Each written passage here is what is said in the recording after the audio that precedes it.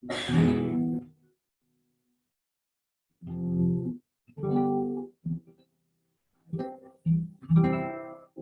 kasih Tuhan, kami bersyukur pagi hari ini. Kami datang di hadirat dengan rasa lapar dan haus akan Engkau. Terima kasih Tuhan, Engkaulah segalanya bagi kami. Haleluya.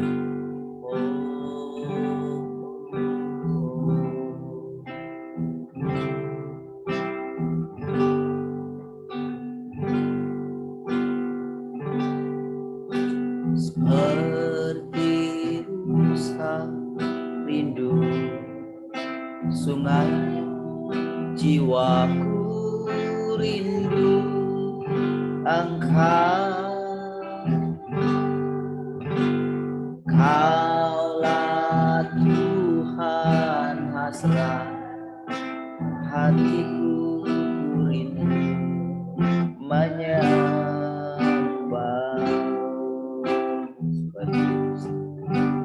Seperti rusa rindu sungaimu, jiwaku rindu Engkau. Kaulah Tuhan hasrat hatiku rindu menyembah.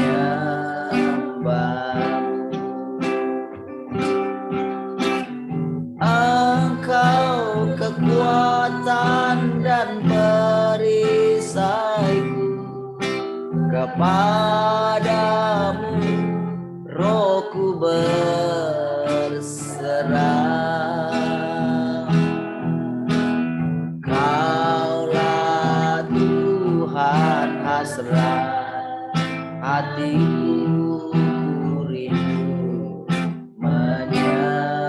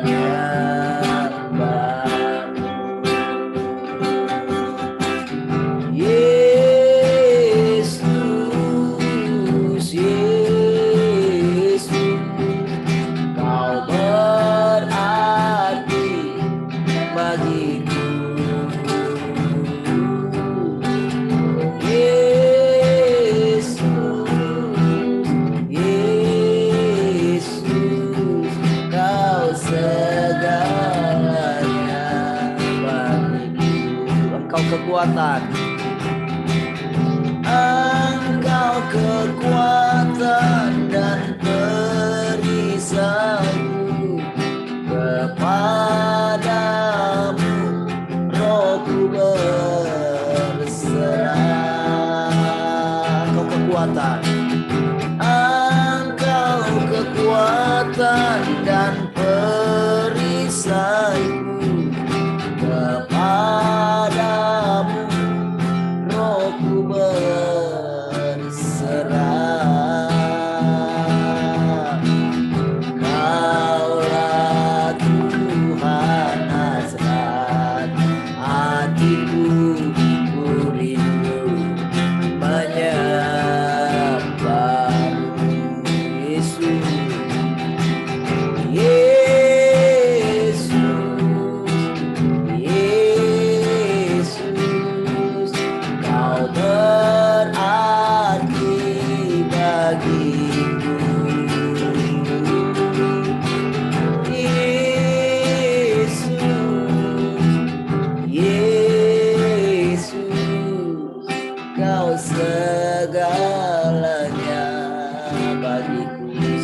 kita panggil nama Yesus.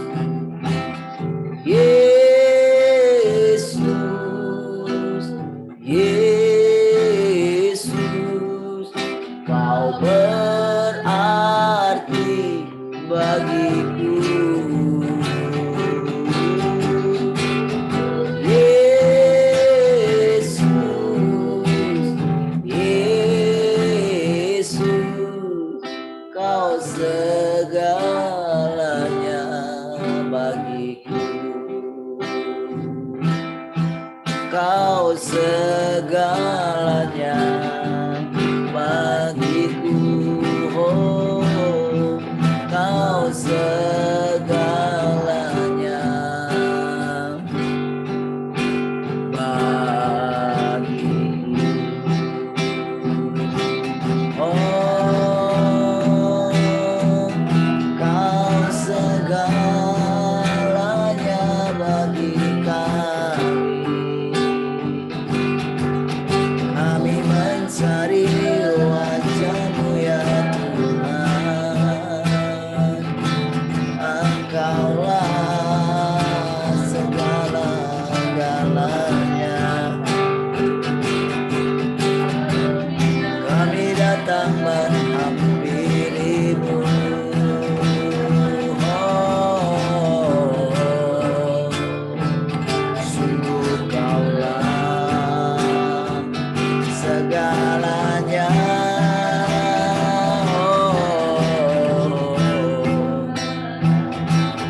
terima kasih kami dapat datang di hadapan-Mu.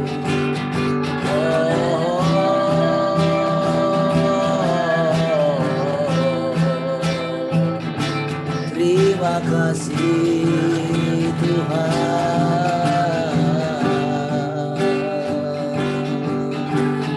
Oh,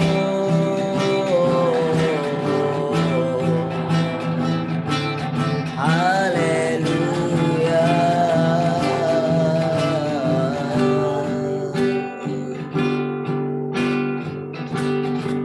Cinta Kau dari segalanya, hanya Engkau kasih hatiku, kekuatanku, dan benteng perlindunganku. Kepadamu ku berharap selalu.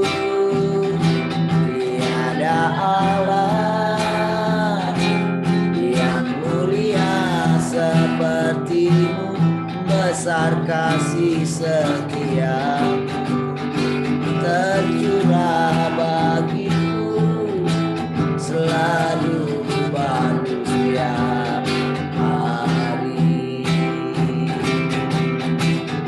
Yesus, Yesus, kekasih hatiku. Yesus, Yesus, ku cinta selamanya. Kami cinta Kau Tuhan, cinta Kau lebih dari segalanya. Hanya Engkau kasih hatiku, kekuatanku, dan benteng perlindunganku. Kepadamu ku berharap selalu. Tiada Allah yang mulia seperti-Mu, besar kasih setia-Mu tercurah bagiku, selalu baru setiap hari. Yesus, Yesus, Yesus, kekasih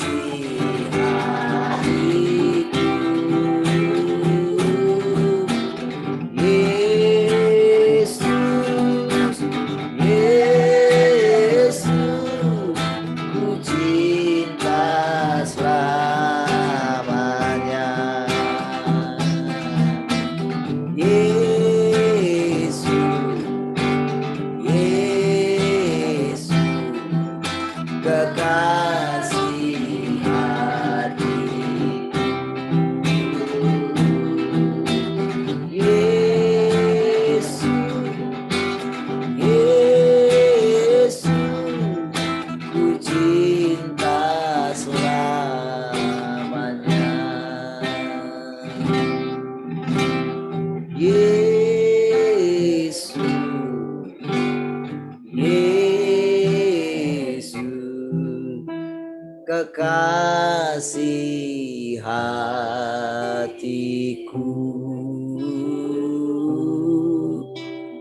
Yesus, Yesus, ku cinta selamanya. Sekali lagi panggil nama Yesus. Yesus, Yesus, kekasih hatiku. Yesus, Yesus, ku cinta selamanya.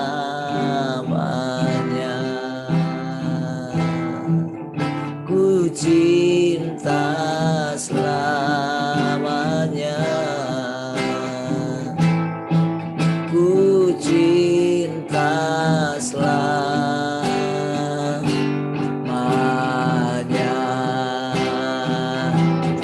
Oh, kami cinta Engkau. Kami mengasihi-Mu.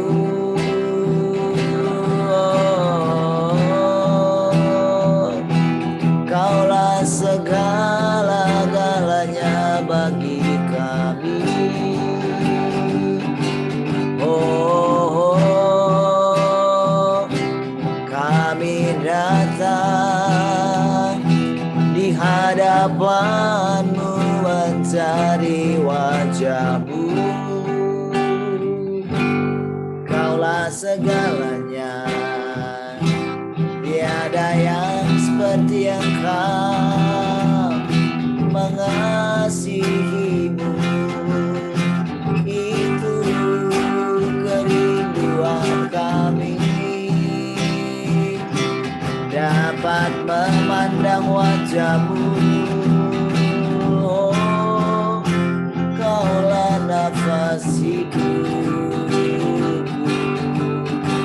Oh,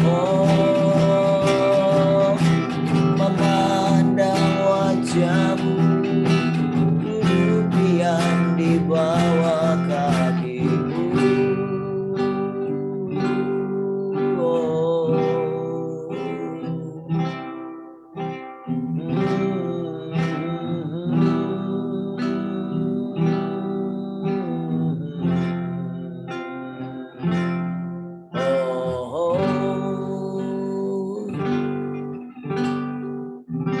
duduk diam di bawah kaki-Mu,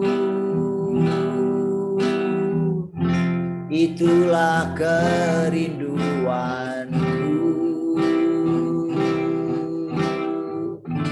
Seperti Maria memilih yang terbaik, ku ingin belajar dari-Mu, Tuhan.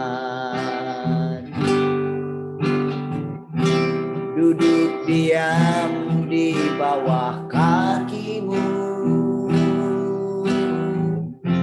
itulah kerinduanku.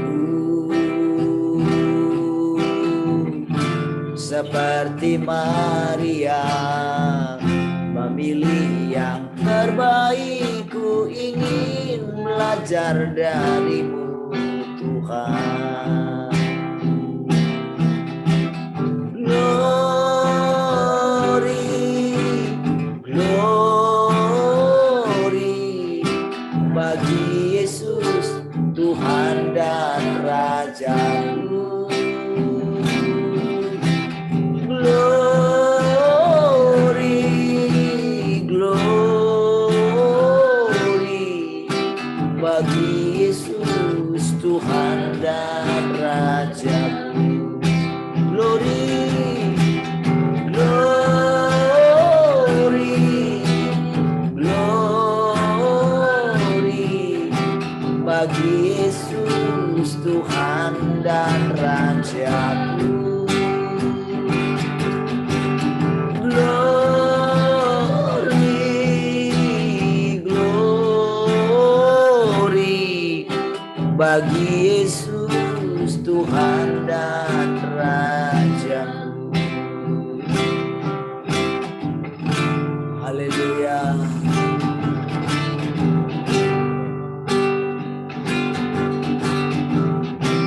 Duduk diam di bawah kakimu, itulah kerinduanku.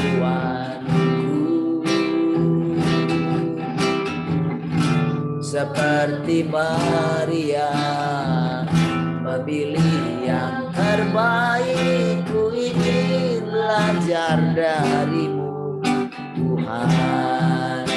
Glory, glory, glory bagi Yesus Tuhan dan Rajaku. Glory, glory bagi Yesus Tuhan dan Rajaku. Sekali lagi, glory, glory, glory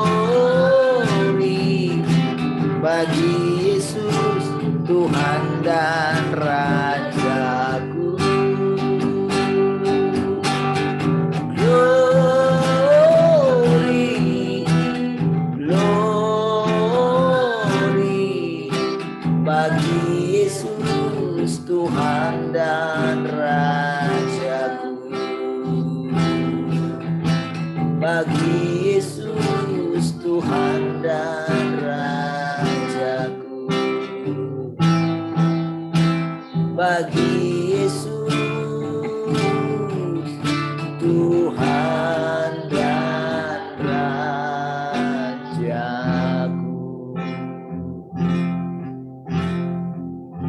Haleluya.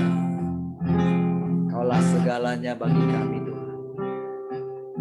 Kaulah nafas hidup kami. Engkaulah jalan kami, Engkaulah kebenaran kami, Engkaulah hidup kami. Engkaulah makanan sejati kami. Terima kasih Tuhan. Kalau Engkau terus setia menangani setiap kami. Oh, kalau Engkau setia merendah hidup kami. Sejak kami dalam kandungan ibu kami dilahirkan ke muka bumi ini. Engkau sudah menetapkan hari-hari kami. Engkau sudah menuntun kami sampai dengan hari. Engkau mengatur orang-orang yang kami jumpai. Engkau mengatur siapa-siapa saja yang mempengaruhi dalam hidup kami. Terima kasih Tuhan, sampai dengan hari ini. Kalau kami ada di tempat ini semuanya karena anugerah. Kalau kami boleh menyambut kedatangan-Mu, bahkan kami boleh masuk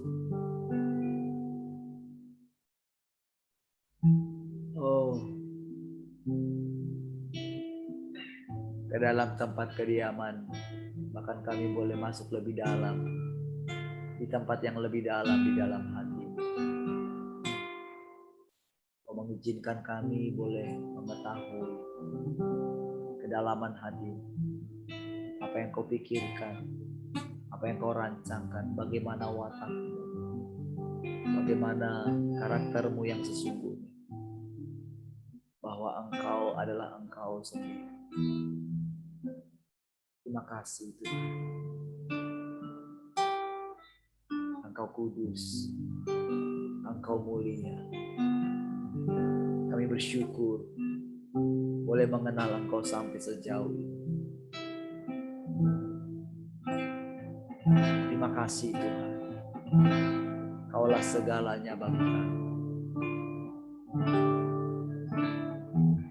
Engkau bergerak dan hidup di dalam kami.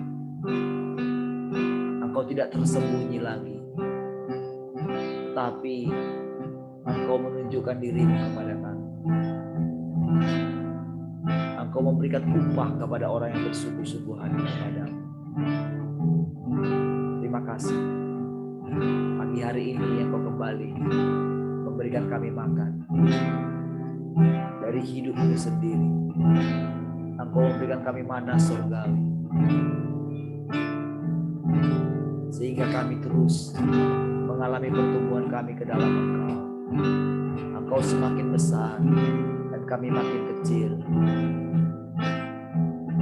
Terima kasih Tuhan, kami boleh menyatu dengan Engkau. Engkau di dalam kami dan kami di dalam Engkau. Kami boleh menyatu. Kami boleh beristirahat masuk ke dalam hati-Mu. Terima kasih Tuhan. Kami bersyukur pagi hari ini. Semuanya kami yang ada di tempat ini. Terima kasih Tuhan. Engkau yang memilih kami. Engkau menetapkan kami untuk memerintah bersama-sama dengan Engkau. Dimanapun Engkau berada, kami berada. Terima kasih. Kami bersyukur. Silakan Engkau mengajari kami semua. Pujilah nama-Mu. Pujilah Engkau sendiri. Haleluya. Kekal selama-lamanya. Mari setiap orang yang mengasihi Tuhan sama-sama katakan. Amin.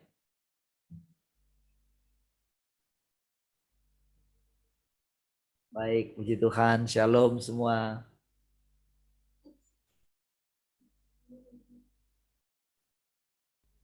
Bagaimana kabarnya pagi hari ini? Luar biasa kah?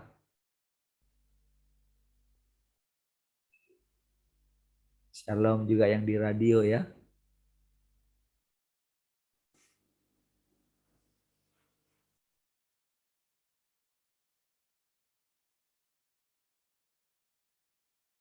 Shalom Mbak Alexa, Mbak Tian, Mbak Jose.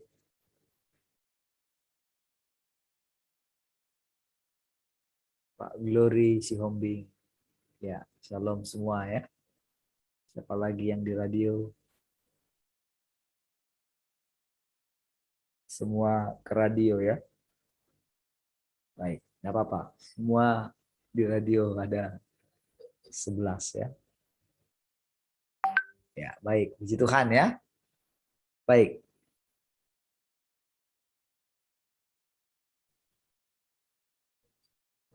Saya percaya internetnya sudah lancar ya. Tidak ada gangguan lagi. Ya, dari tadi malam sudah mulai lancar ya. Karena memang kemarin ada gangguan ya. Nah, saudara, di malam saudara kita belajar ya. Berikan pengertian tentang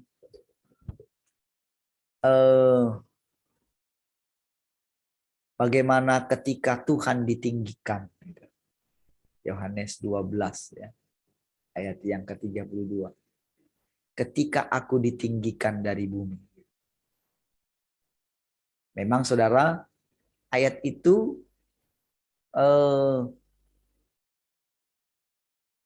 dijelaskan bagaimana dia akan disalibkan gitu. Ya, dia ditinggikan dari bumi katanya, disalib gitu.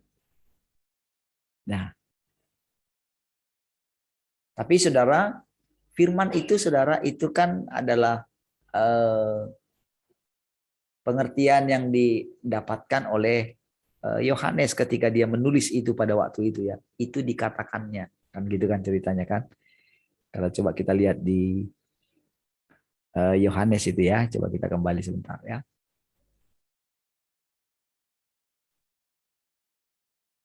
Di situ memang ada peristiwa yang dikatakan agak menarik ya. Padahal orang Yunani mau datang gitu. Padahal kan pasti orang Yunani itu mau karena kagum pasti melihat Yesus gitu. Jadi perikopnya di atas itu ya. Di orang Yunani datang untuk mendengarkan hikmatnya Yesus. Ya. Tetapi saudara, jawaban Yesus malah lain ya, kalau kita lihat ya. Di malam itu kita ulang sedikit ya. Telah tiba, tapi Yesus menjawab mereka gitu. Harusnya kan pikiran murid-muridnya mungkin ketika datang orang Yunani, wah ini kita sudah mulai dikenal nih di bangsa luar gitu kan. Nah, pikiran murid-muridnya mungkin mereka ingat tentang perkataan Tuhan. Aku akan pergi, namun kamu tidak bisa pergi ke tempat kemana aku pergi. Lalu kan orang-orang Yahudi itu kan bilang begini, apakah mereka akan pergi kepada orang-orang Israel yang ada di perantauan gitu. Maksudnya apakah Yesus akan meninggalkan Israel kan gitu. Nah, jadi pastilah mungkin murid-murid juga bertanya, ya, murid-murid juga bertanya kemana, kan mereka tidak tahu gitu, tidak tahu dengan pasti kemana, dari mana, kemana, gitu kan? Apa yang ada di pikirannya Tuhan mereka kan tidak tahu ya. Hanya pada waktu itu hanya Yesus yang benar-benar mengerti ketika dia menjelaskan tentang kelahiran kembali gitu ya kepada Nikodemus gitu ya. Kan di situ kan dikatakan orang yang lahir dari roh tidak terdeteksi gitu loh. Kalau kita lihat kan tidak ketahuan gitu. Dari mana datang, kemana pergi gitu kan. Ya. Nah, jadi saudara, tetapi saudara pada waktu itu memang mereka juga hanya mengikuti saja sambil heran-heran setiap hari gitu ya. Jadi ada banyak hal yang membingungkan juga bagi murid-muridnya.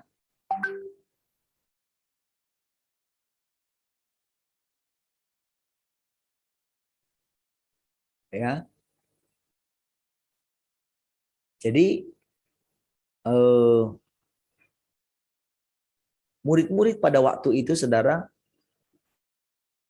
setiap hari diperhadapkan dengan hal-hal yang baru dari Tuhan.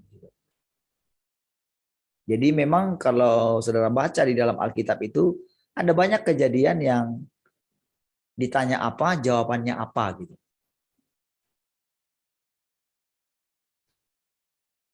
Ya.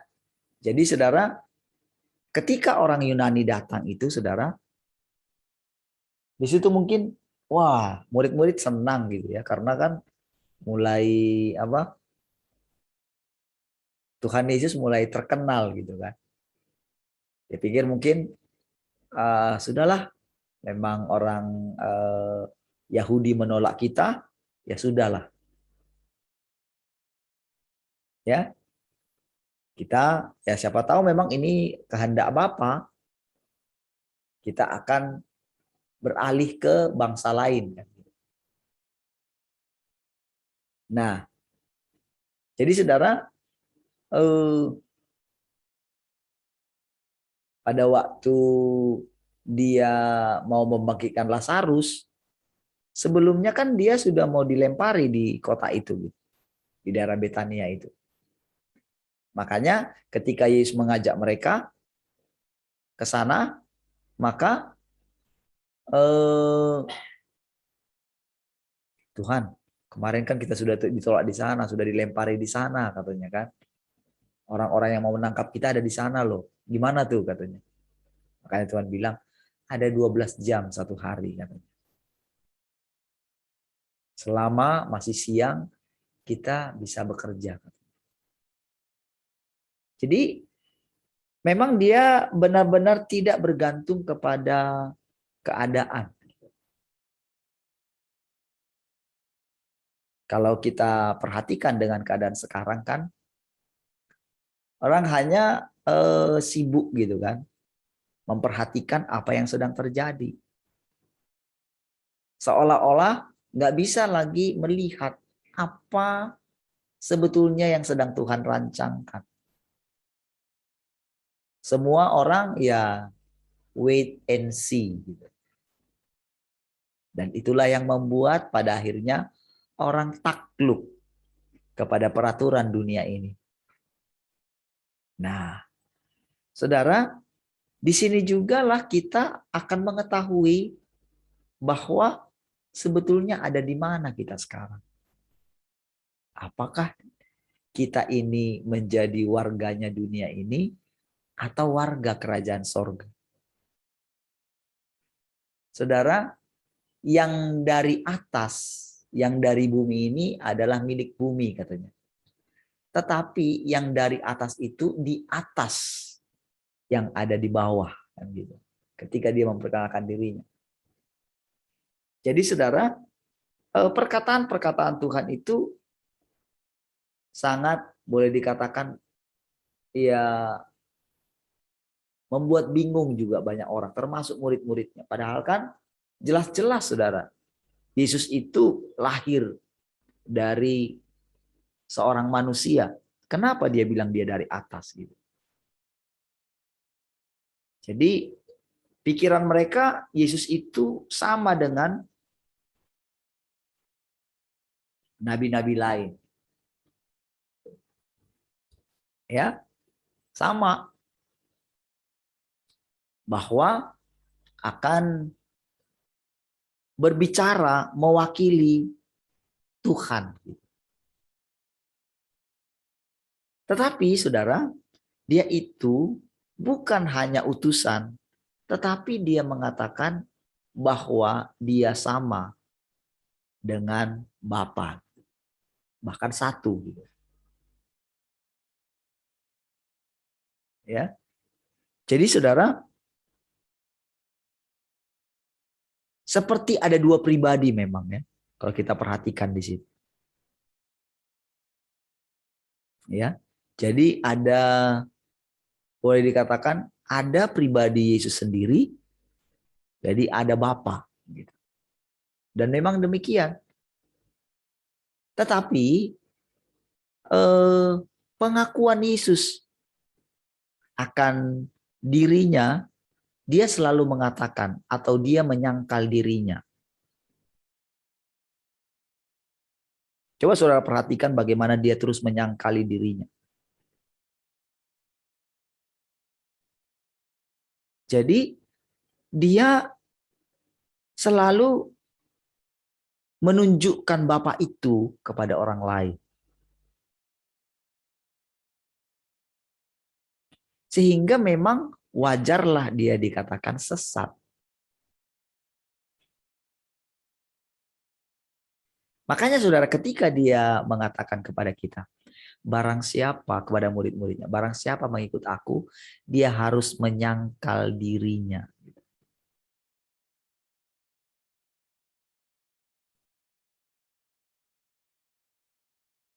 Saudara, ketika dia menyatakan dia sudah datang dan ada di antara kita, sebetulnya itu sudah lama terjadi. Saudara.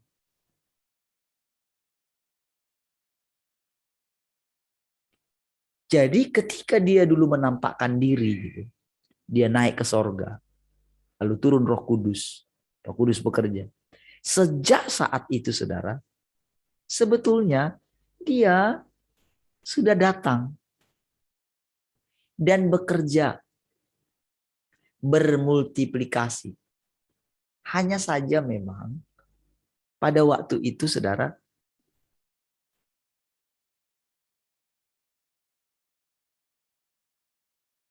para murid-murid ini saudara, walaupun sudah perjalanan yang panjang, itu tetap saudara masih misteri bagi mereka.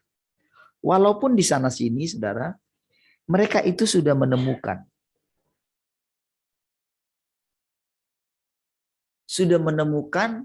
bahwa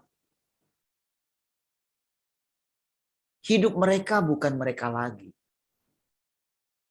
Sudah kita dengarkan istilahnya bagaimana kesaksian mereka yang ada di dalam Alkitab. Kita sudah baca sendiri.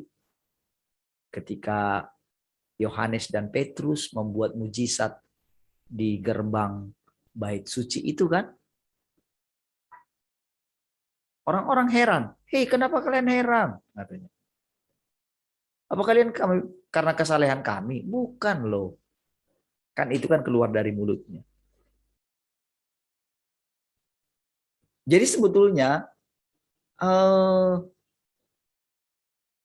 Tuhan itu sudah ada.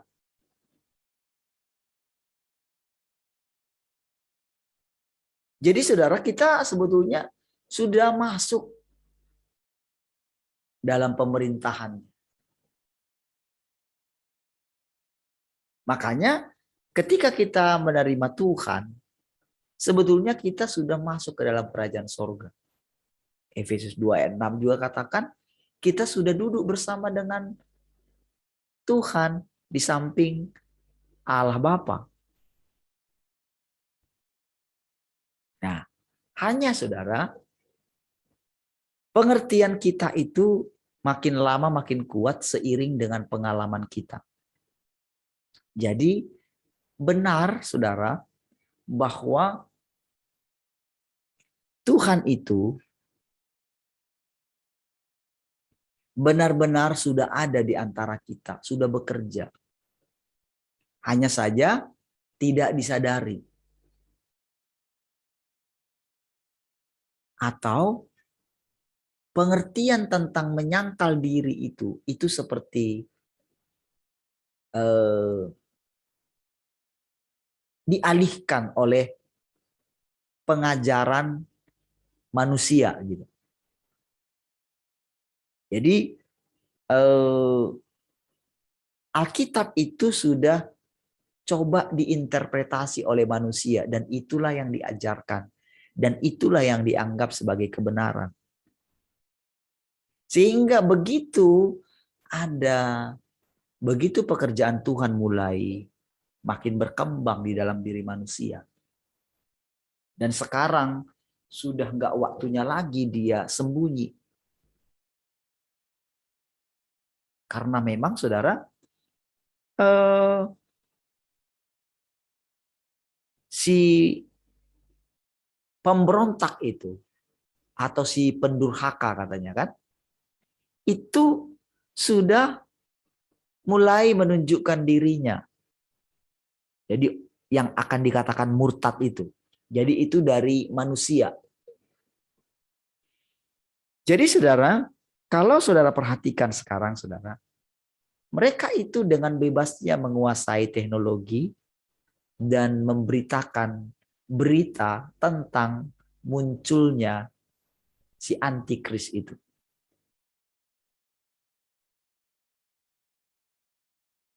Ya. Jadi antikris itu adalah yang menolak bahwa Allah menjadi manusia. Itu spirit. Atau Allah menjelma menjadi manusia. Jadi ilmu pengetahuan membuat pokoknya harus ada logika. Jadi sudah sejak dulu saudara, ilmu pengetahuan itu sudah menyesatkan. Makanya dikatakan semakin orang mengetahui tentang pengetahuan, maka hal-hal yang roh, hal-hal yang adikodrati, hal-hal yang supranatural, itu harus boleh dibuat masuk logika. Makanya para pengajar-pengajar Alkitab membuat supaya hal-hal yang adikodrati itu ditolak. Hal-hal yang roh itu ditolak. Gitu. Sudah sejak lama. Ya, harus dibuat semua masuk logika atau masuk akal. Ya. Dan memang saudara, terjadi penipuan di sana sini memang seringnya. Setiap kali terjadi pergerakan roh itu, selalu ada saja orang-orang yang dipakai oleh si jahat itu membuat masuk ke alam roh itu menjadi sesuatu yang menakutkan. Ya. Nah, setelah pekerjaan roh itu mulai marak gitu ya. Ternyata diam-diam Tuhan mulai terus melanjutkan pekerjaannya, saudara. Ini yang mesti kita mengerti, saudara. Kita paham. Karena kalau tidak kita akan miss gitu. Tentang apakah benar atau bagaimana caranya dia menjelma. Apakah kita layak?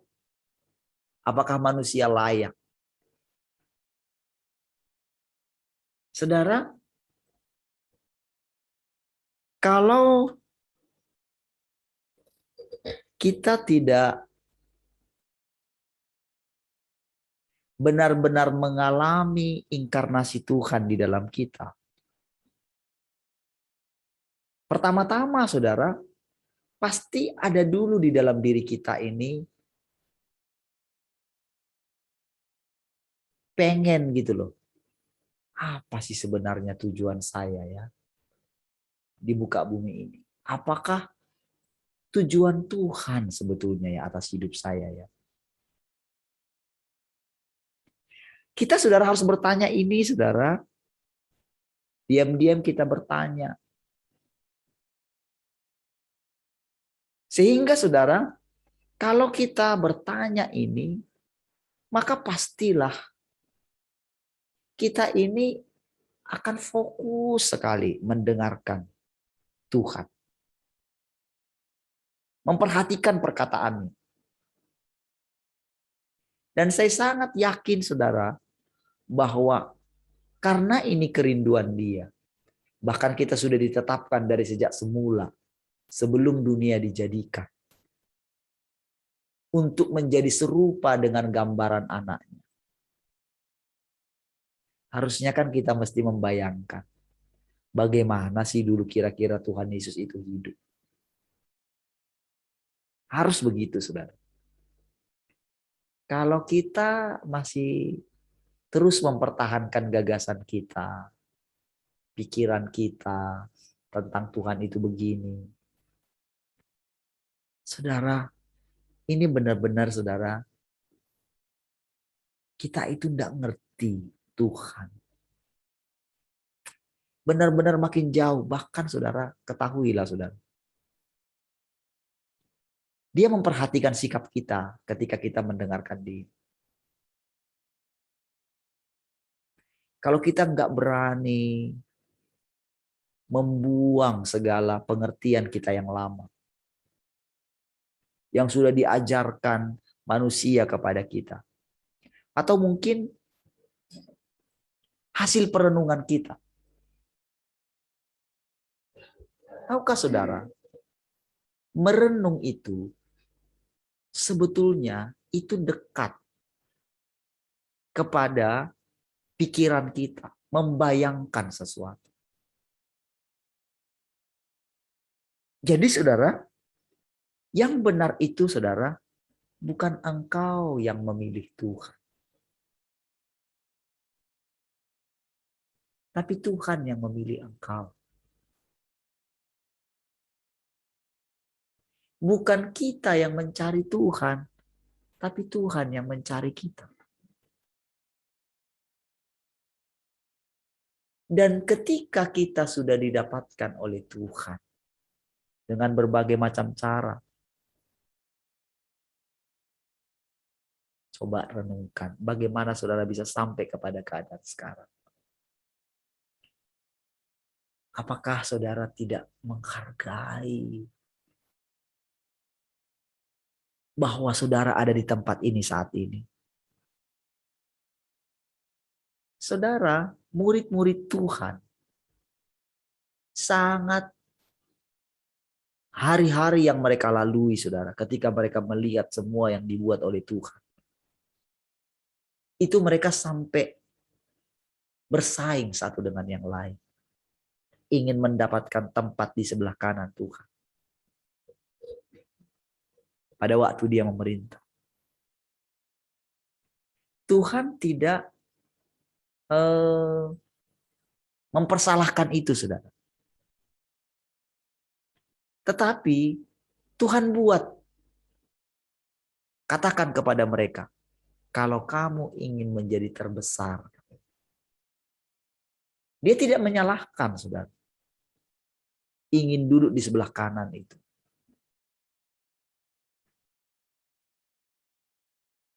Ya, sudah pernah saya terangkan mengenai bagaimana permintaan ibunya Yohanes dan Yakobus itu, saudara.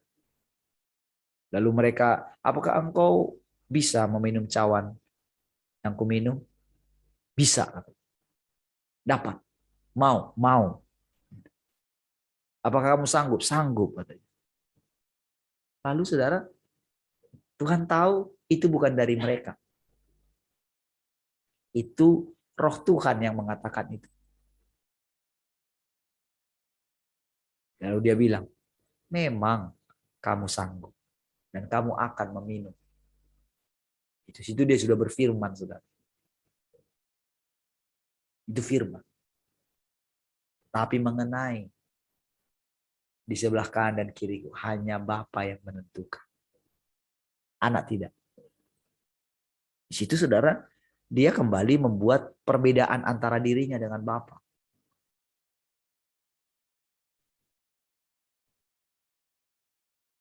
Saudara, hari-hari ini saudara, saya sangat ini sekali ya, concern sekali dengan bagaimana dulu Yesus hidup. Sampai bisa membayangkan. Sehingga sekarang bagaimana dia hidup, diam-diam saya mulai mengerti gitu. Dan seharusnya saudara juga diam-diam harus mulai mengerti. Karena kalau tidak, saudara, bagaimana kita mengerti? Bagaimana dia menjelma di dalam kita?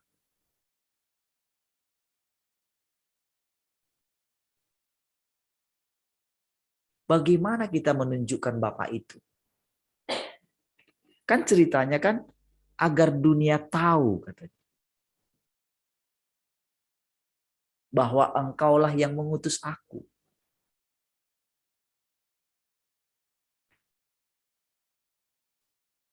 Saudara, sampai dengan hari ini, doktrin mengenai Tuhan, mengenai kerajaan sorga, mengenai akhir zaman, semuanya punya doktrin. Tidak ada kesatuan. Kenapa tidak ada kesatuan? Karena manusia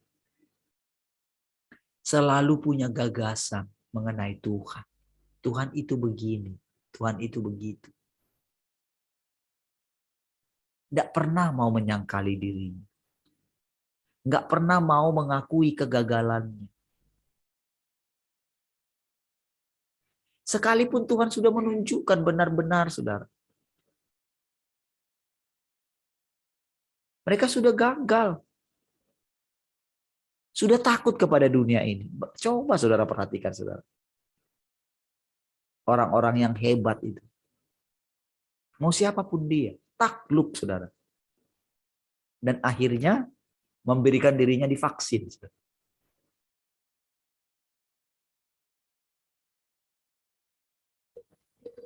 Mereka bilang, wah, mereka tidak lepas dari Tuhan. Padahal tanda-tandanya sudah di depan mata. Saudara. Seandainya terjadi penganiayaan, mungkin langsung, mungkin mereka akan bersedia mati martir.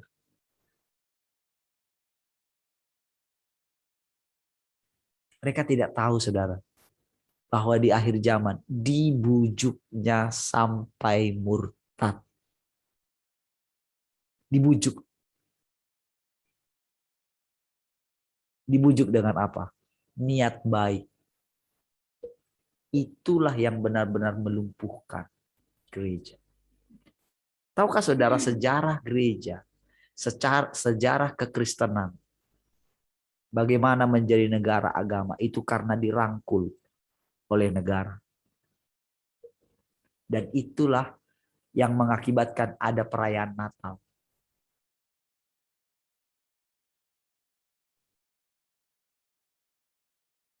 Dan dijadikan menjadi tanggal 25 Desember.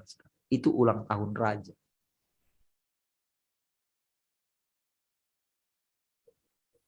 Ya, waktu berjalan terus. Orang menganggap itu biasa. Sehingga orang, saudara, hanya membuat kekristenan itu menjadi satu liturgi. Wah, itu kuasanya nggak tahu di mana. Namun saudara, itu sudah difirmankan oleh Tuhan. Terjadi yang namanya masa kegelapan. Diizinkan, saudara. Tapi apakah Tuhan tidak mengatur segala sesuatu? Tuhan tetap mengatur segala sesuatu. Sampai pada akhirnya, saudara,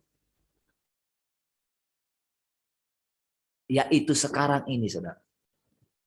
Berbahagialah saudara ada di zaman ini.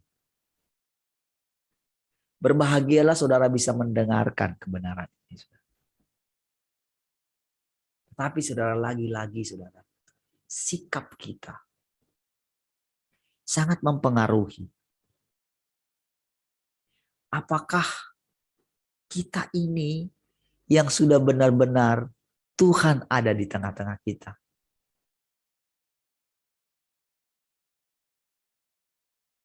Bahkan Tuhan hidup di dalam kita. Tapi ternyata kita tidak menyadarinya.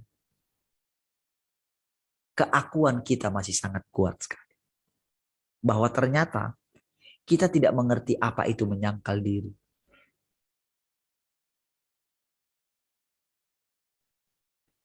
Saudara, ketika ada orang yang mengerti tentang menyangkal diri ini seperti yang dia maksudkan, itu kelihatan, saudara, dari kehidupannya setiap hari. Kelihatan. Kemana tujuan dia? Apa yang dipikirkannya? Apa yang diinginkannya?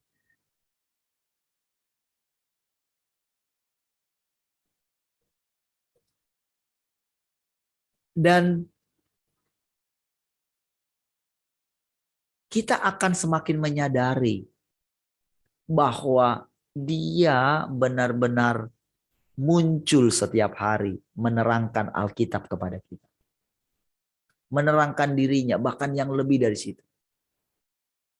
Kadang-kadang saudara, karena memang pikiran kita masih ada di Alkitab yang tua itu, saudara.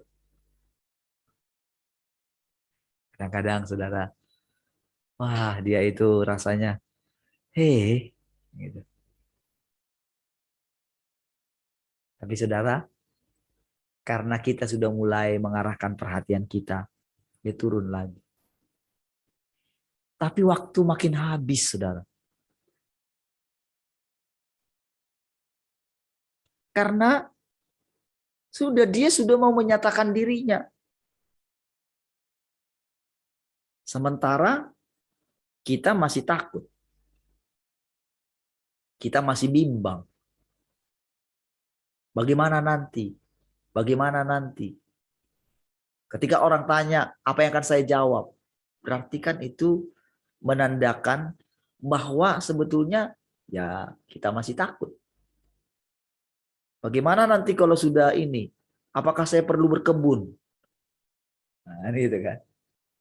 Kalau nggak bisa jual beli gimana?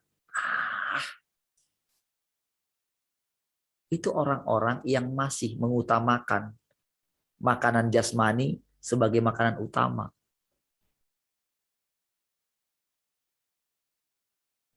Itu sama dengan takluk kepada si iblis, saudara. Ketika mencobai Tuhan. Engkau kan lapar kan? Engkau bisa mengubah batu ini menjadi roti, katanya. Nah, kalau anak Allah, memang dia bisa.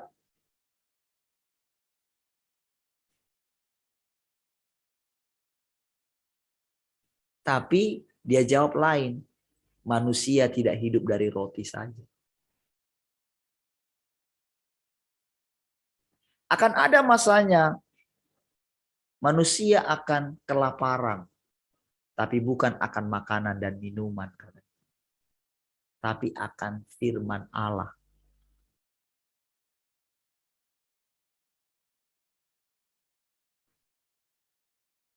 Orang-orang di mana-mana, saudara, merindukan. Mana yang benar? Semua orang mencari kebenaran. Tahukah saudara?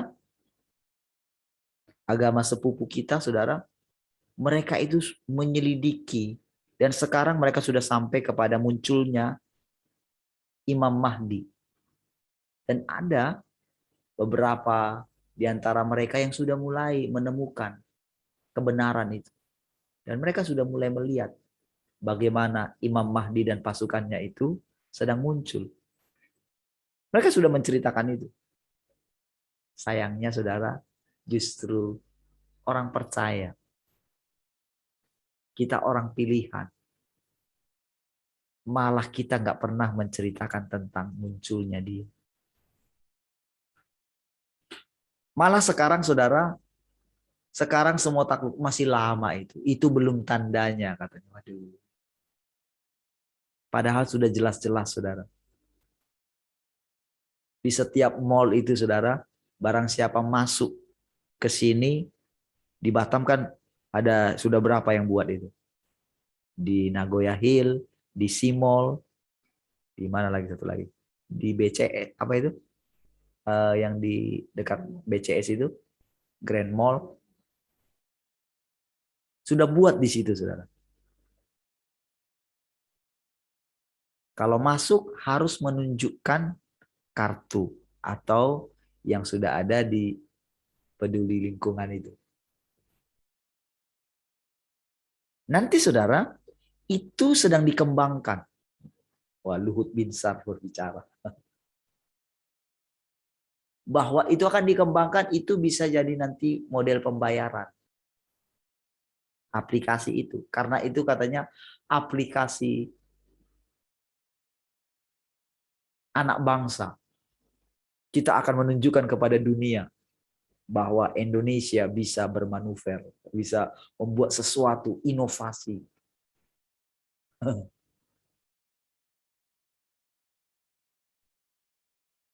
Padahal menteri yang lain bilang begini lagi. Nanti bagaimana supaya aplikasi itu tidak lagi, sudah mulai memikirkan aplikasi itu tidak lagi di handphone. Supaya semua orang bisa memakai aplikasi itu tanpa handphone. Sudah loh, terang-terangan loh. Yang ada di Alkitab itu, di Wahyu pasal 13 itu sudah terang-terangan. Tetapi saudara, ketika itu mulai ada orang yang posting di grup gembala ya. Tahu gak? Itu langsung itu diserbu semua. Kebetulan saya muncul juga di situ ya. Karena saya tahu saudara, itu pasti Tuhan yang gerakkan gitu. Tapi itu rame-rame nyerang. Saudara. Nah saya tahu saudara, bahwa itu si jahat itu muncul juga di situ. Tapi para orang-orang tidak tahu, tidak menyadari. Padahal kan di situ kan sudah jelaskan. Berarti kan ke mall itu kan ada penjual. Ada pembeli kan? Iya dong. Berarti kan kalau tidak punya itu tidak bisa jual dan beli. Tapi mereka bilang, kan ada pasar kaget. Enggak, ini loh maksudnya tandanya. Itu loh yang maksud lihat itu loh. Sudah jelas-jelas terang benderang loh. Tapi ya kan yang lain kan masih bisa. Iya. Makanya yang lain itu siap-siap berkebun gitu loh. Itu dua-duanya benar-benar sama-sama aja enggak mengenal Tuhan loh. Orang yang mau melarikan diri sama aja. Saudara, Tuhan yang datang itu raja loh. Itu yang tadi malam kan. Memerintah loh. Berkuasa loh. Tuhan yang datang itu bukan Tuhan yang mau disalibkan lagi loh. Bukan. Masa penyaliban sudah selesai. Tuhan yang datang itu adalah memerintah. Dan akan menipu. Kan coba lihat di dalam Alkitab. Itu jelas-jelas saudara. Mereka akan melawan Tuhan dan pasukannya. Tapi apakah saudara lihat di sana ada dikatakan dikalahkan oleh kita dikalahkan atau Tuhan dikalahkan oleh dunia ini? Mana ada saudara? Tapi Tuhan akan mengeluarkan api dari mulutnya. Kan begitu saudara firman Tuhan.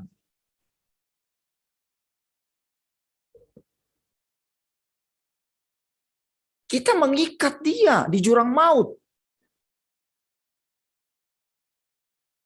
Saudara mesti lihat saudara. Tahukah saudara? Tuhan yang sedang datang ini saudara bangkit dengan murkanya.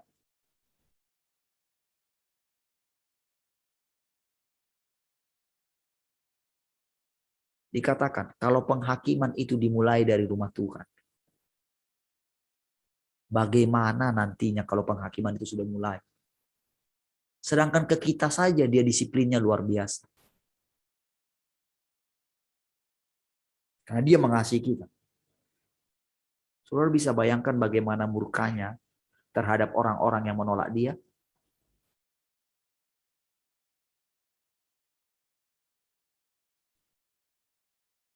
Saudara, di depan kita ini ada murka yang luar biasa.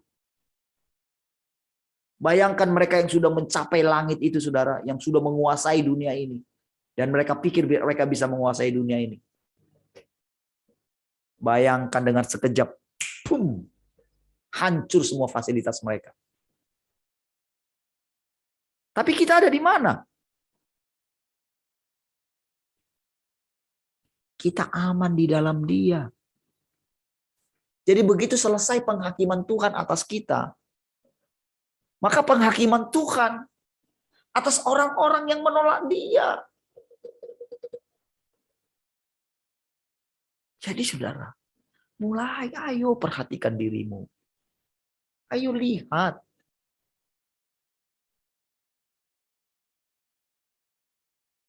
Saudara mau kena cawan murkanya yang harusnya itu bagi mereka yang menolak Dia, atau saudara hanya menerima penghakiman disiplinnya Dia. Dia menghajar kita, saudara. Karena Dia mengasihi kita, karena kita dianggap anak. Kalau yang nggak dianggap anak, saudara, saudara lihat orang-orang percaya yang lain, saudara. Mereka tetap gemuk-gemuk mereka. Jangan iri dengan mereka. Semuanya mereka senang sekarang. Oh, bisa kemana-mana. Wah, bodoh kali mereka itu. Sekarang bisa kemana-mana. Bisa nongki-nongki. Dengan nongki gagahnya. Bisa nunjukin. Cet.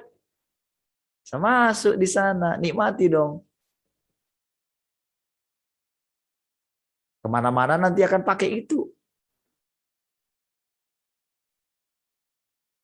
Jadi bangga punya itu, saudara.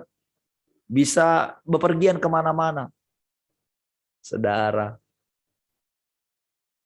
Tuhan Yesus tidak perlu pakai fasilitas itu semua.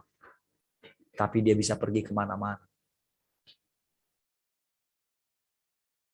Tahukah saudara? Akan tiba masanya. Kaki kita akan membuat jejak di alam semesta ini.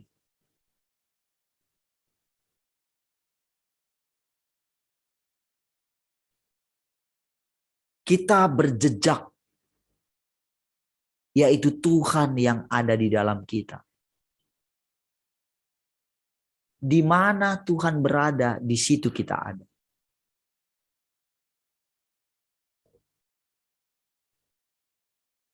Saudara, dunia ini membangun sistem pertahanan. Israel, saudara, tidak bisa diserang oleh nuklir. Karena dia punya perlindungan yang tak kelihatan. Itu teknologi, saudara. Pas waktu nuklir itu, berapa banyak habis.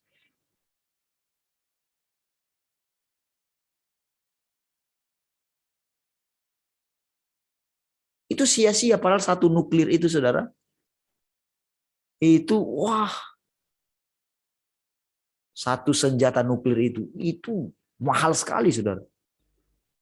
Tetapi terbuang percuma. Dihantam habis. Sebelum turun ke Israel, saudara. Itu sudah meledak di udara semua. Udah dialihkan kemana gitu. Bisa.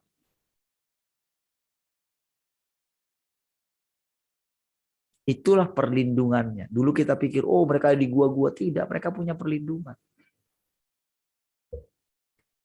Apakah saudara tidak yakin bahwa sorga bisa melindungi saudara?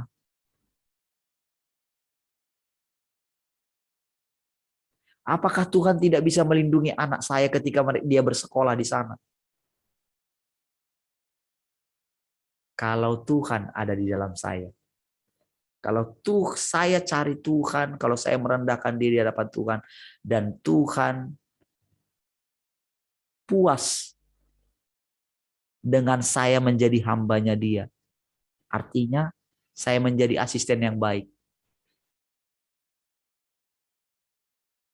Saya menjadi hamba yang setia. Apakah Tuhan tidak tahu melindungi orang-orang yang saya kasih? Apakah Tuhan tidak tahu melindungi anak-anak saya? Tuhan melindungi anak-anak saya. Tuhan melindungi orang tua saya. Tuhan membuat orang tua saya sehat.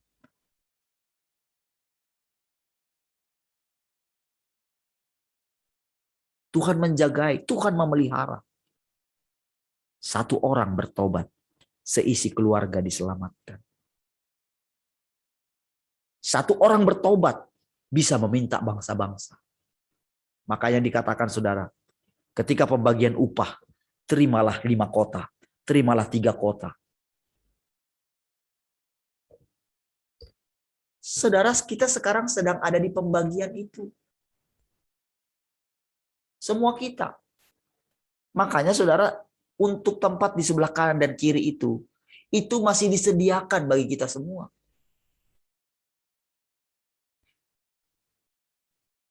Kita sedang ada di situ, saudara, memerintah bersama dengan dia. Saudara mau merintah atau diperintah?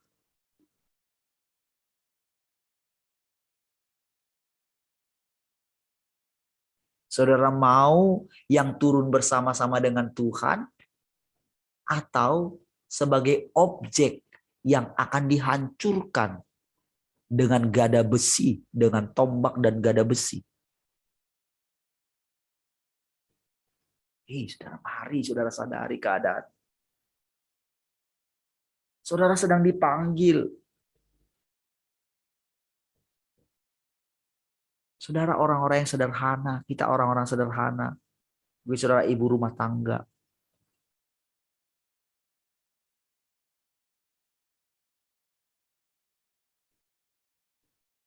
Ayo para bapak-bapak tampillah. Aduh.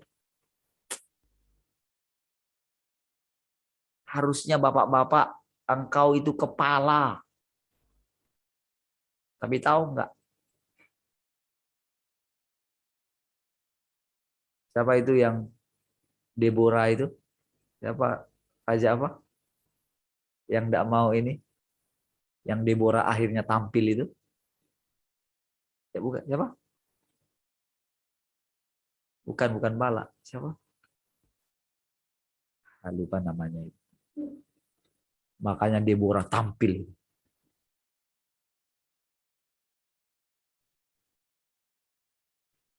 Saudara, makanya tampil para perempuan-perempuan. Saudara, di masa Paulus melarang para wanita-wanita untuk mengajar.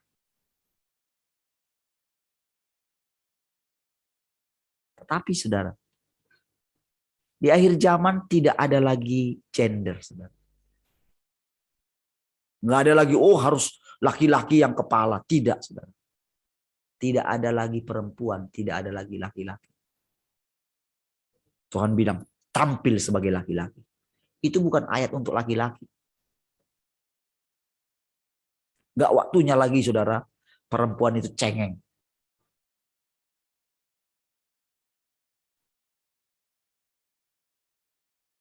Tampil perkasa sekarang.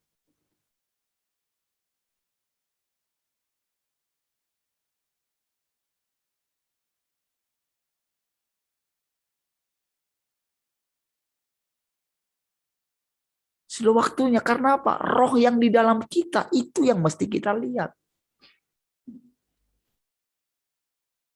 Tuhan, bukan kita. Sangkali dirimu. Jangan bilang siapakah aku ini. Aku cuman perempuan. Aku cuman ibu rumah tangga. Hei, saudara. Tuhan memilih saudara sampai ada di sini, saudara. Itu anugerah. Hargai anugerahnya Tuhan. Lihat ini, saudara. Jadi selama 3,5 tahun ini, saudara, Tuhan persiapkan kita. Dia seperti melatih pasukannya. Dan kita akan segera turun bersama dengan Tuhan. Itulah namanya turun di awan-awan permai. Saudara bukan penyambut. Saudara yang turun bersama-sama dengan Tuhan. Para penyambut itu, saudara, itu sudah orang-orang yang akan dimurkai.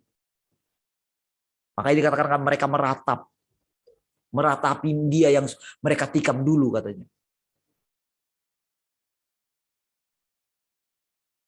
Jadi kalau orang hanya menantikan bentuk wujud dia datang di awan-awan permai, sudah memerintah, terlambat.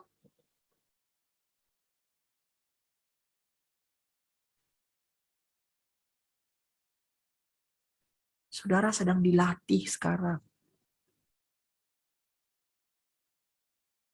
Saudara lihat pelatihan-pelatihan, saudara. Wow, itu tidak ada yang enak, saudara. Waktu istirahat mereka. Aduh. Kadang-kadang saudara saya itu mesti minta izin. Walaupun rasanya gitu ya. Jadi kalau misalnya kalau malam itu kalau bisa tidur itu. Puji Tuhan gitu. Tapi itu waktu-waktu yang terbaik bagi saya, saudara. Dan saya mendapatkan anugerah. Istilahnya, gak istirahat pun malam, bisa tetap fresh pagi ini, saudara. Dan ternyata, kalau Tuhan berdaulat atas tubuh kita, Tuhan bisa ubah kok tubuh kita. Benar-benar fit. Dan harusnya, saudara, perhatikan ya, tubuh kita ini harus ngikut benar-benar seperti jadi tubuh kemuliaan. Lihat nanti. Memang harus seperti itu. Karena kita makan firman. Makan perkataan Tuhan setiap hari. Jadi saudara, kalau di zaman pemuritan kita dulu dengan Pak Andreas, itu seperti nubuatan. Sekarang kita ngalami.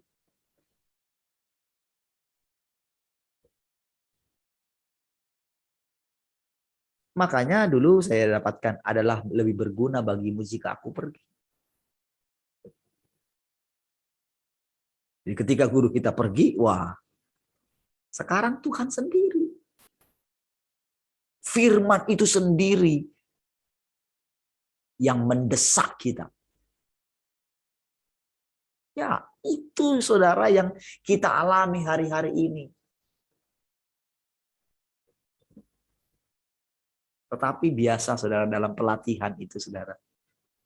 Wah, ada yang harus diam-diam pengen pulang gitu, nggak kuat.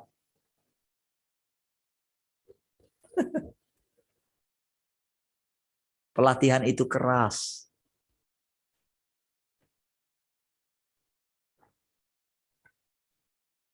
Disiplin.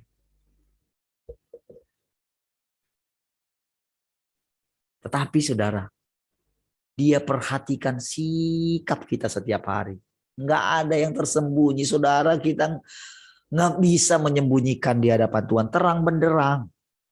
Terang benderang. Hati kita ada di mana? Terang benderang. Tuhan yang sedang datang di antara kita. Bukan manusia. Dia yang sedang memimpin kita. Dia yang sedang melatih kita. Dia yang sedang menyatukan kita bersama dengan orang-orang kudus yang sudah mendahului kita. Makanya dikatakan kita datang kepada kumpulan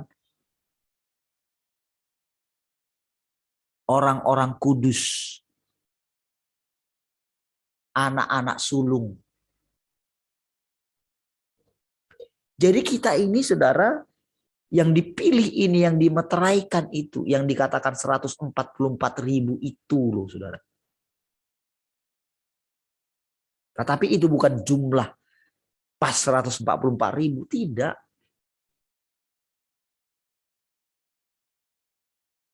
Sejauh mana saudara menangkapnya? Makanya dikatakan akan ada orang yang bergabung, berpura-pura bergabung gitu. Tapi saudara nggak bisa, Tuhan munculkan, Tuhan tahu semuanya. Bayangkan berapa banyak orang yang mengikuti pesta itu. Tuhan bisa tahu satu orang, dia sidak gitu kan. Bapak itu sidak. Loh, kamu kok nggak pakaian pesta? Kenapa?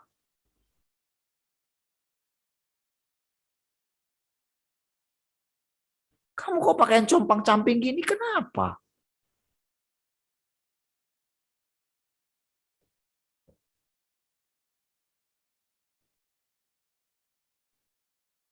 Kenapa kamu menyembunyikan talenta? Tuhan murka kepada orang yang menyembunyikan talenta. Lihat itu di dalam perumpamaan Tuhan. Ketika yang lain sudah mengembangkan talenta, yang satu orang itu menyembunyikan talenta. Karena apa? Takut. Karena engkau seorang yang bengis. Persis. Campakkanlah dia. Lemparkanlah dia ke tempat kegelapan. Di sanalah terdapat ratap dan kertak gigi. Ayo saudara, semua sedang dipanggil.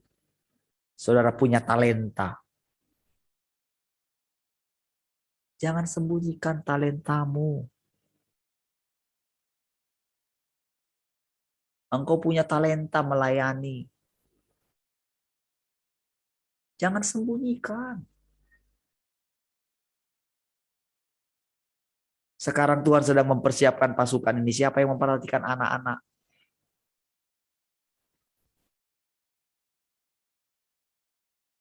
Kita sedang melatih. Saudara, kalau tak ada yang lain, sudah Tuhan tunggu waktunya, sudah Tuhan taruh dalam hati saya. Saya berkali-kali menunjukkan kepada saudara, bagaimana dengan anak-anak. Jangan melarang anak-anak itu datang kepadaku, kata Tuhan.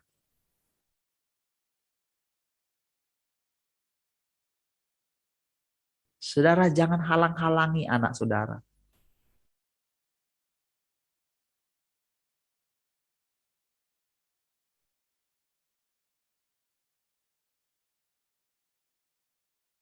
Saudara nggak bersemangat seperti dulu kan? Dulu saja saya bilang, waktu masa masih pandemi, antar anak-anak saudara sekolah di sini. Mereka bisa gunakan fasilitas di sini. Saudara, kita sedang masa pelatihan.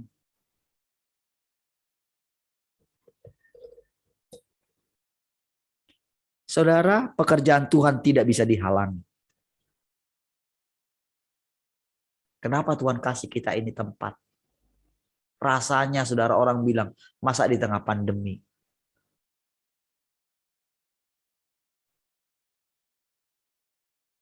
Tapi tahukah saudara? Sekarang saudara, dia sudah mulai mempersiapkan. Anak-anak kita, ayo saya bilang. Kita akan latih mereka bagaimana mereka menyanyi untuk Tuhan. Saudara punya talenta untuk melatih mereka. Jangan sembunyikan. Kalau enggak dilemparkan loh. Ke tempat yang gelap. Di sanalah terdapat ratap dan kertak gigi.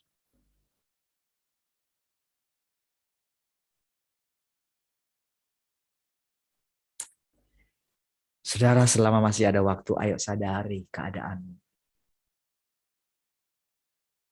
Kalau engkau mengalami Tuhan, lihat saudara, tubuhmu harus sehat.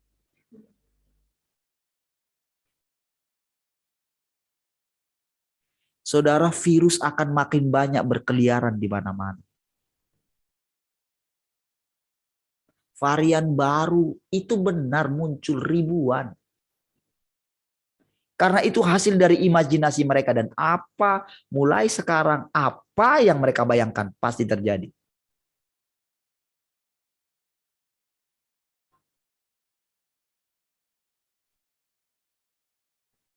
Kemarin lucu ya saya ngantar anak saya. Cuman berpikir begini. Saya bilang lah anak saya ini turun di sini supaya latihan. Itu baru mau naik itu dari bawah ke atas. Antar anak saya udah pas nyampe sekolah gitu. Hanya terpikir begitu aja. Itu saya mau buang nggak sempat lagi saudara mikir. Langsung pas di atas itu. Ban saya kempes gitu. Pas mau turun gitu. Waduh. Itu baru aja gitu.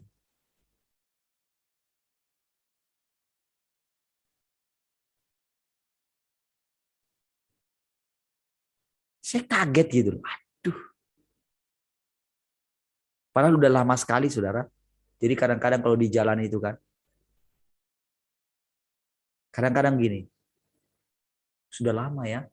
Ban ini nggak kempes gitu. Selama saya ini sudah lama sekali saya ada ini. Tapi tahu nggak? Begitu mikir kayak gitu aja. Wah. Kempes tuh ban. Tapi kalau yang kemarin itu benar-benar gitu. Jadi anak turun ke bawah, bawa helmnya gitu. Ke sekolah gitu. Ya nggak jauh lagi sih. Tahu nggak saudara? Jadi dunia ini sedang sekarang gini. Dipenuhi dengan pikiran-pikiran negatifnya manusia. Dan semua jadi kenyataan.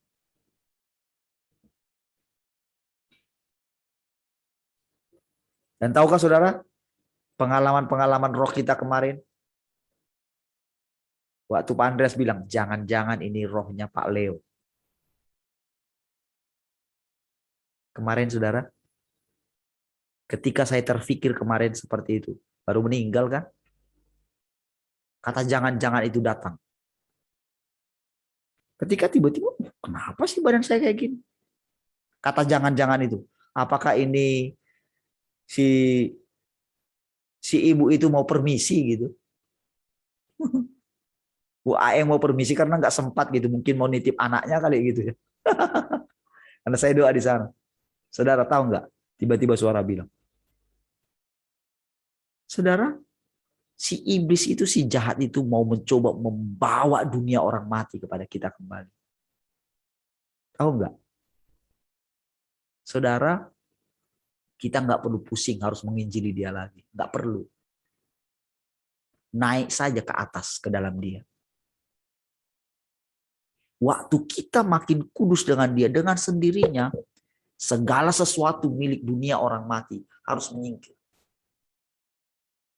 Semua harus bertobat ketika kita datang kepada terang. Sisi-sisi gelap dalam hidup kita diterangi oleh terangnya Tuhan. Karena Allah itu adalah terang.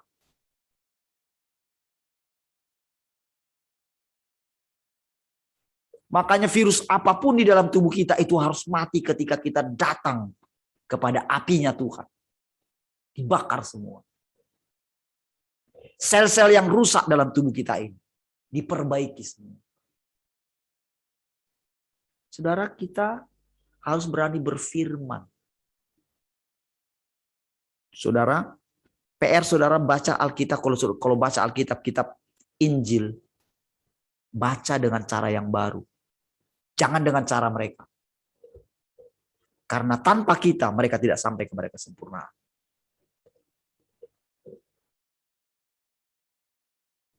Saudara, para orang kudus itu terbelenggu di dalam kita. Makanya dikatakan, seluruh makhluk menantikan penyataan anak-anak Allah. Makanya saudara sekarang, saudara, keadaan kita sekarang sangat menentukan apa yang terjadi dengan generasi di bawah kita. Itu akan terjadi perubahan, penyempurnaan terus.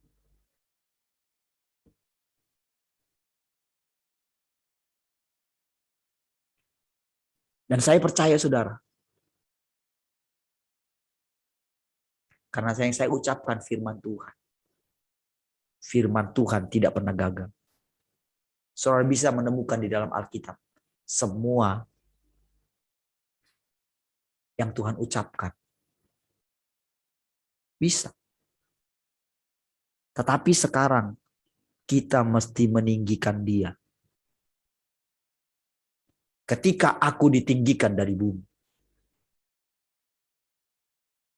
maka aku akan menarik semua orang kepadaku. Itu kan ayat Yohanes 12 ayat 32 tadi.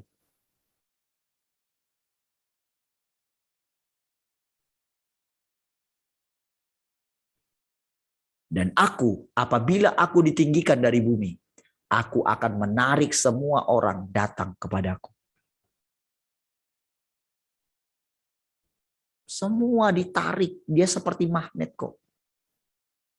Jadi kalau saudara belum ditarik, waduh. Berarti saudara belum menyangkal dirimu. Jangan sangkali dirimu. Jangan bilang, oh aku sudah lemah, aku sudah. Hei, semua kita ini muda di hadapan Tuhan. Tidak ada kata terlambat, engkau muda, fresh, segar. Engkau pahlawan yang gagah perkasa. Berapapun usiamu. Sangkali dirimu. Engkau muda. Engkau 18 tahun. Haleluya.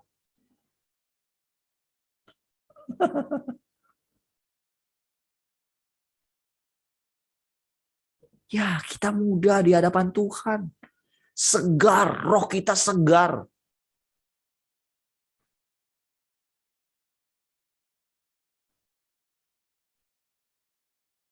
Jadi jangan bilang begini, oh Pak Parlin itu kan karena dia ini. Enggak, saya itu kan udah saudara tahu, namanya kalau sakit gula, ngantuk-ngantuk.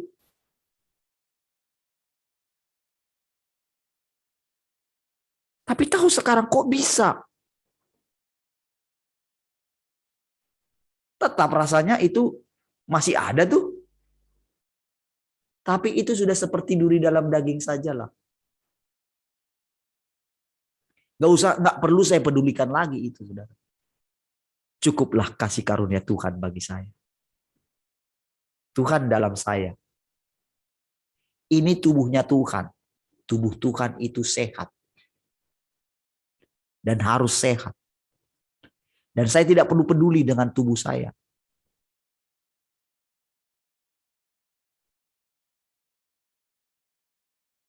Dia tahu merawat tubuh saya ini. Karena tubuh saya ini adalah tubuhnya. Saya lebih percaya kepada tubuhnya yang sudah sehat itu. Daripada tubuh saya ini. Karena apa? Kita sedang menyangkal diri kita. Kita mesti menyangkal diri kita, keberadaan kita. Dia kudus. Dia sangat kudus. Karena dia kudus, maka saya kudus. Haleluya. Karena dia sudah menang, saya menang. Jangan menangis, katanya. Enggak waktunya kita menangis melihat keadaan ini. Ketika rasanya satu persatu pulang menghadap dia. Saudara, jangan menangis seperti orang lain menangis. Orang dunia ini menangis. Kalau mereka pulang ya sudah. Pulanglah. Kalau mereka orang-orang yang kita kasihi. Saudara, hiduplah. Melekatlah kepada Tuhan. Mintalah bangsa-bangsa, katanya. Saudara, air mata saudara akan dihapus. Bagaimana caranya? Semua orang-orang yang pernah melekat dengan saudara. Lalu mereka sudah meninggalkan saudara. Engkau nggak kehilangan mereka.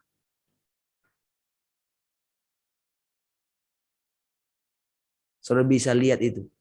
Ibu-ibu menerima anaknya kembali, katanya. Lihat itu.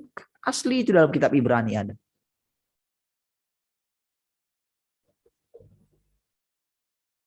Jadi mereka di alam roh itu berjumpa kembali. Dan kita nggak perlu takut, saudara. Hidup kita sangat menentukan. Hari ini sangat menentukan di mana orang-orang yang kita kasihi berada. Ya, satu orang bertobat, seisi keluarga diselamatkan. Jadi bertobatlah. Nggak perlu tahu bagaimana caranya Tuhan menyelamatkan keluargamu. Tuhan menyelamatkan suamimu. Tuhan menyelamatkan orang tuamu. Itu pekerjaan Tuhan, itu bagian Tuhan. Bagianmu bertobat. Duduk di kaki Tuhan setiap hari. Firman tidak pernah gagal.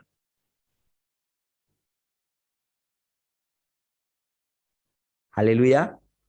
Mari kita berdoa. Makasih Tuhan, kami bersyukur pagi hari ini. Ini hidup kami. Kami persembahkan lagi hari ini demi kemuliaan. Segala pujian hormat bagi Engkau. Biarlah hidup kami sepanjang hari ini memuliakan Engkau.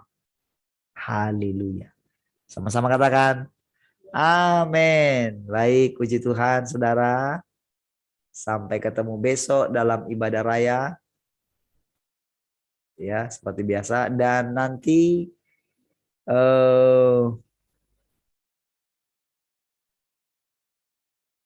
ada penghiburan ya.